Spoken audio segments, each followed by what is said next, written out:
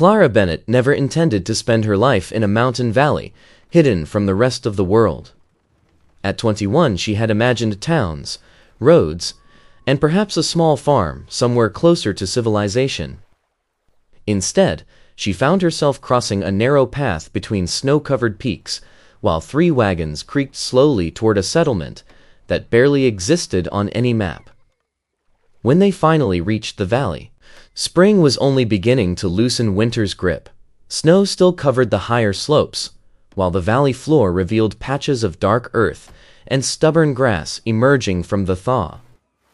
The settlement appeared suddenly, a cluster of cabins beside a fast-moving river, smoke from stone chimneys, men working on roofs, women carrying buckets, children pausing their games to stare openly at the newcomers.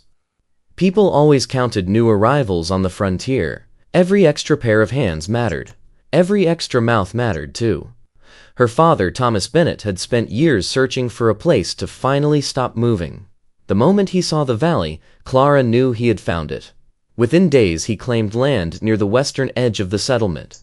Within weeks, he was building. Clara worked beside him through all of it.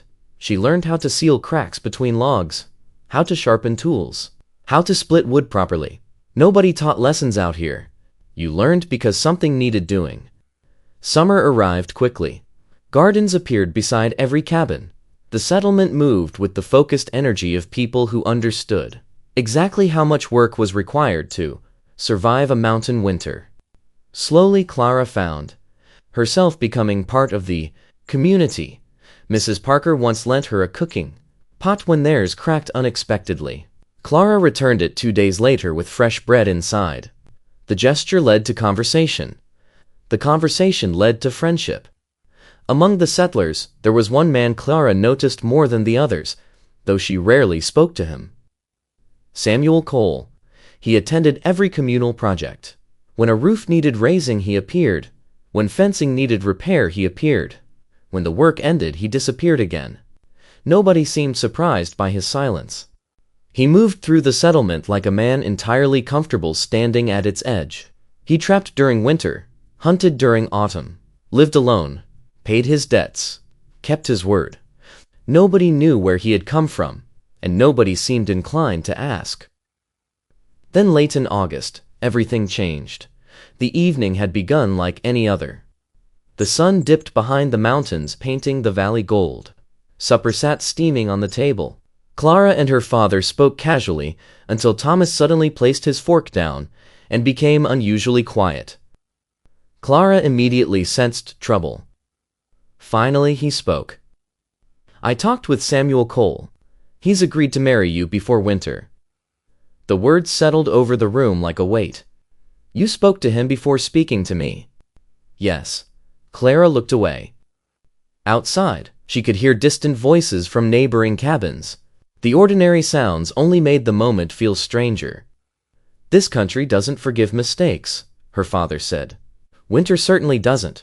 Samuel knows these mountains. He's steady, reliable. He can give you security long after I'm gone." The final words struck harder than anything else. For the first time, she noticed how much gray had appeared in her father's hair. How slowly he rose from his chair. He was getting older. Both of them knew it. Neither wanted to discuss it. After supper, Clara walked alone to the river. The water rushed past beneath moonlight. She stood on the bank for a long time, staring toward the mountains. What choices did she truly have? She could refuse and remain dependent upon her father. She could leave, which meant the past alone and nothing good. Or she could trust her future to a stranger she barely knew. When she finally returned home, she found her father asleep beside the fire.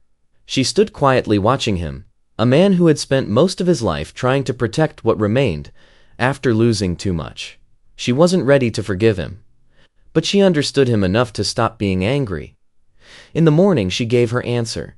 She would marry Samuel Cole, not because she trusted him, not because she wanted the arrangement, because winter was coming whether she agreed or not. The following Friday, she carried her belongings to his cabin. A single trunk, a wool blanket that had belonged to her mother, a small wooden box filled with keepsakes. Nothing more.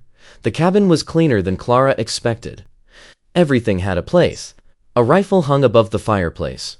Traps rested near the door. Shelves were neatly organized. The entire room reflected the habits of a man who lived alone and intended to remain capable of doing so. Samuel stood beside the stove. "The bedroom is yours," he said. Clara blinked. "What about you?" He nodded toward a bedroll already prepared near the fire. For a moment she thought she had misunderstood. "You don't have to." "Yes," he replied. "I do." Then he met her eyes directly. "I know none of this was your choice. The room stays yours until that changes." Without waiting for a response, he took his coat and stepped outside. Clara sat on the edge of the bed and stared at the closed door. She had prepared herself for many kinds of men. A demanding one, a selfish one, a cruel one. What she had not prepared for was a man who expected nothing from her at all. Every morning she woke to find the stove already burning and coffee waiting. Samuel never mentioned it. He left before she woke and returned at dusk. Not rude, just contained. She kept busy. The cabin needed attention after years of a single occupant. She reorganized shelves, cleaned corners, repaired a loose board near the window, where cold air slipped through after sunset. Samuel never commented on any of it, but he noticed. One afternoon, Hannah Parker arrived carrying blackberry preserves and the unmistakable curiosity of a woman who had been waiting weeks to inspect the situation. "So?" Hannah said casually. "How are things between you two?" "Fine," Hannah smiled. The expression suggested she found the answer both incomplete and amusing. A few evenings later, Samuel returned and quietly placed something on the table. A small wooden latch. Clara recognized it immediately. The old latch on her bedroom door had been sticking for days. She had mentioned the problem to nobody. She picked it up. The craftsmanship was simple but careful. "Thank you," she said. "Needed fixing." That was all. Later that evening she installed it herself and found the door working perfectly. The next morning she left an extra biscuit beside his coffee cup. When she woke the following day, the plate had been washed and returned to its place. Neither of them mentioned it. Autumn settled over the valley. One evening Samuel informed her he would be heading into the northern hills. Elk sign up there. 3 days, maybe 4. After he left, the cabin felt strangely large. That surprised her. She had spent most of the previous month appreciating his absence. Now she found herself noticing it. He came back on the 4th day carrying wrapped bundles. Without ceremony, he held them out. The best cuts. Salt them today, not the leftovers, not what remained after he had taken his share. The best portions had come directly to her. By afternoon, a rich stew simmered over the stove. When Samuel came inside, he paused just beyond the doorway. The aroma reached him before the warmth did. For the first time, Clara saw genuine surprise on his face. She set a bowl on the table. "Sit down." They ate together in silence. Not uncomfortable silence, just unfamiliar silence. Outside, the valley glowed neath a golden autumn sunset. Inside, the cabin felt different. Neither could have explained exactly why. October arrived with clear skies and sharp mornings. The settlement worked relentlessly. Everyone understood what was coming. Mistakes made in October became disasters in January. During one afternoon of communal work, Hannah finally voiced an observation she had apparently been considering for weeks. "Samuel isn't what I expected. A man that quiet usually has nothing inside." She smiled faintly. "Yours does." The words lingered with Clara long after the conversation ended. That evening, Samuel returned from checking trap lines. Without thinking much about it, Clara placed a bowl of hot soup before him. He looked down, then up. "You didn't have to." "I know." A faint smile touched the corner of his mouth. It lasted less than a second. Still, Clara noticed. It was the first time she had seen anything resembling warmth on his face. A few days later, she discovered one of his work shirts torn along the shoulder seam. She repaired it while sitting beside the window. When Samuel returned, he found it folded neatly on the table. He picked it up, examined the stitching, then looked toward her. Clara. It was the first time he had spoken her name. She suddenly found the stove extremely interesting. It needed fixing. For several seconds neither spoke. Then Samuel nodded once. "Thank you." The simple sincerity of it struck harder than she expected. Later that week, after a long day of work, Samuel sat heavily at the table. As they ate, Clara remembered something. "My father's roof has a gap on the north side." Samuel looked up, then stood immediately, pulled on his coat, headed toward the door. "Where are you going?" "To fix it. It's dark." "So?" From the window she watched his lantern cross the clearing toward her father's cabin. Nearly half an hour passed before the light returned. "It's patched," he said simply, then sat down and continued eating, as though nothing unusual had happened. Clara watched him quietly. A man who had already worked all day. A man who expected no praise. A man who crossed a frozen clearing at night because someone needed help. Everything Hannah had said was true. By November, winter had closed its grip around the valley. The mountain pass disappeared beneath deep snow. The world narrowed to a handful of cabins and the people who depended on one another to survive until spring. Sunday afternoon, Thomas Bennett visited and sat at the table with both Clara and Samuel for the first time. They drank coffee while snow drifted past the windows. The conversation remained simple. Elk near the upper creek. Predictions about the winter ahead. Clara mostly listened. What interested her more was watching her father. There was something different in the way he looked at Samuel now. Months earlier, he had regarded him as a practical solution. Now there seemed to be something closer to respect. When Thomas eventually stood to leave, he paused beside the door. His gaze settled on Clara. "You look well." The words sounded almost surprised. Only when the light appeared in his cabin window did she close the door. Samuel was standing beside the stove. He glanced toward her briefly, said nothing, and somehow that silence felt kinder than any comment could have been. December arrived with brutal cold. One night Clara woke to find the cabin colder than usual. She wrapped a blanket around her shoulders and stepped into the main room. Samuel was already there, kneeling beside the stove, feeding fresh wood into the fading fire. "Go back to bed," he said quietly. "I've got it."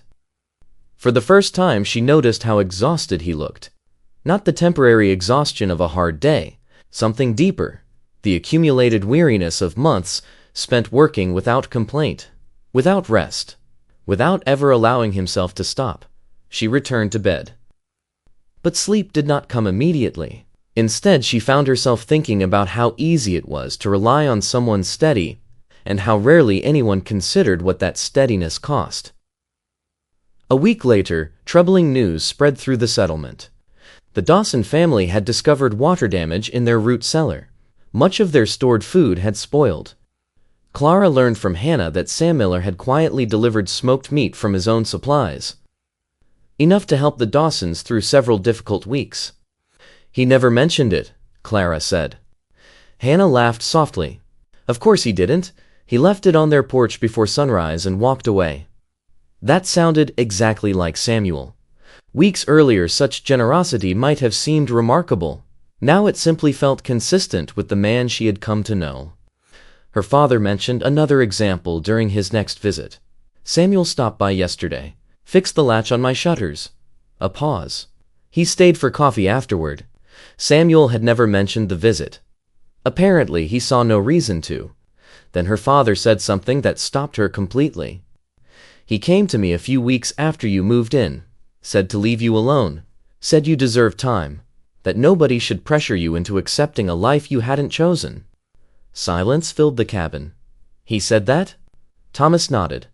"First serious thing I ever heard him say." After her father left, Clara remained motionless beside the fire. Samuel had never used it to improve her opinion of him, never mentioned it, never hinted at it. He had simply done what he believed was right and moved on. One evening she came into the main room and found him asleep in the chair. His hands rested loosely in his lap. For once, the endless responsibilities of the settlement were not visible. He looked older, more human. The fire had nearly gone out. Quietly, Clara added fresh wood. Then she cut several slices of bread and left them on the table before returning to her room. The next morning, the bread was gone. In its place rested 3 smooth river stones, dark gray, perfectly rounded, the sort of stones people pick up without thinking while walking beside water. Clara stared at them for several seconds. Then she smiled. The stones found a permanent place on the windowsill. The coldest night of the year came without warning. Wind drove hard against the cabin. Through the partition, she could hear Samuel shifting on the floor, trying to stay warm. She lay awake thinking about everything she had learned over the past months. The room he had given her, the roof he had repaired, the food he had shared, the kindness he never mentioned, the patience he had shown from the very beginning. Finally, she pushed back her blankets and stood. Crossing the room, she opened the partition door. Samuel looked up immediately. "The bed is large enough," she said. "You're no good to anyone half frozen." For several seconds he simply looked at her. Then he reached for his bedroll without argument, without making the moment larger than it needed to be. He settled onto the far side of the bed, still wearing his coat. The distance between them remained respectful, careful, yet somehow the room felt different, safer. Outside, snow continued falling across the valley. But for the first time since arriving, Clara fell asleep with a sense of peace she had not known in years. Part 5. February arrived, and with it the first real suggestion of spring.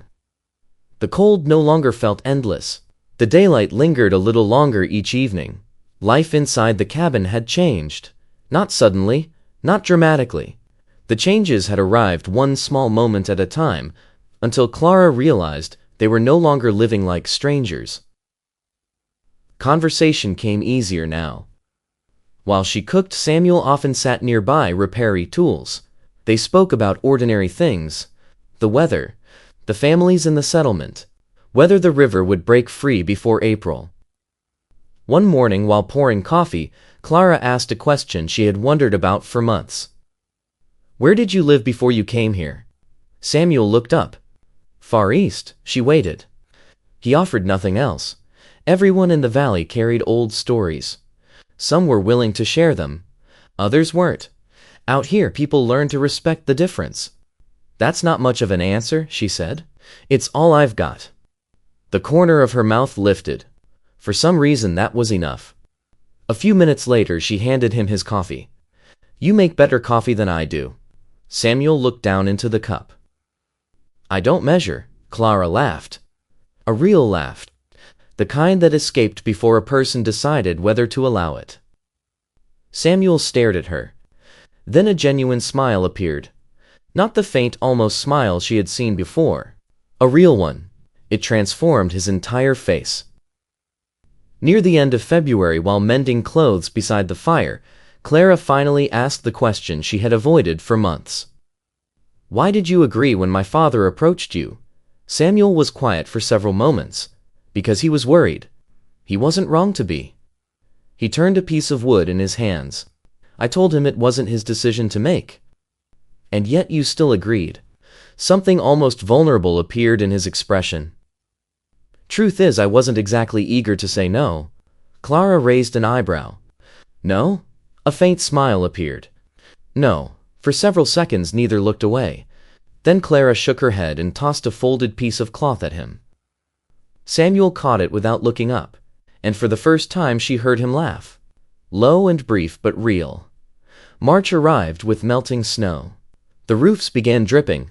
Streams appeared where there had only been ice a week earlier. The valley slowly woke from winter. The wedding took place during the first week of April.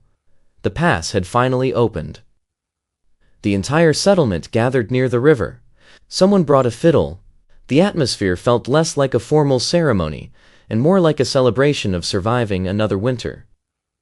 Clara wore her best dress. Samuel appeared equally uncomfortable in his clean shirt.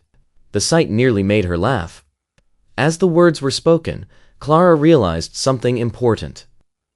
A year earlier she had entered the valley because circumstances forced her there. Months earlier she had moved into Samuel's cabin because she believed she had no better option.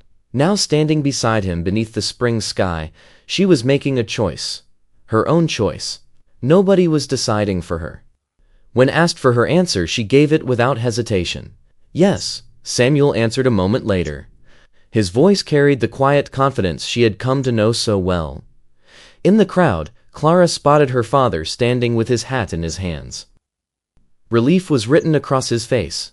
Not pride, not triumph. Relief. As though he had spent an entire year fearing he had made a terrible mistake and was only now allowing himself to breathe again. Later, while walking back toward the cabin, Clara slipped her arm through Samuel's. He looked down at her. Neither spoke. Neither needed to. By the time the following winter arrived, the cabin held one more resident. A small child slept peacefully near the hearth, while snow drifted beyond the windows. Clara sat nearby, gently rocking the baby. The fire crackled softly. Warm light filled the room. Samuel moved closer. Close enough for their shoulders to touch. He rested one hand beside hers on the child's back. Not over it. Beside it. The familiar gesture made her smile. It was exactly the sort of thing he would do, never demanding space, never taking more than was offered, simply placing himself where he wished to be. The fire continued burning. Snow fell steadily beyond the glass. The valley endured another winter, just as it always had. And inside the cabin, surrounded by warmth and the quiet life they had built together, Clara understood something she never could have imagined. When she first crossed the mountains, the future she had feared most had become the one she would choose all over again.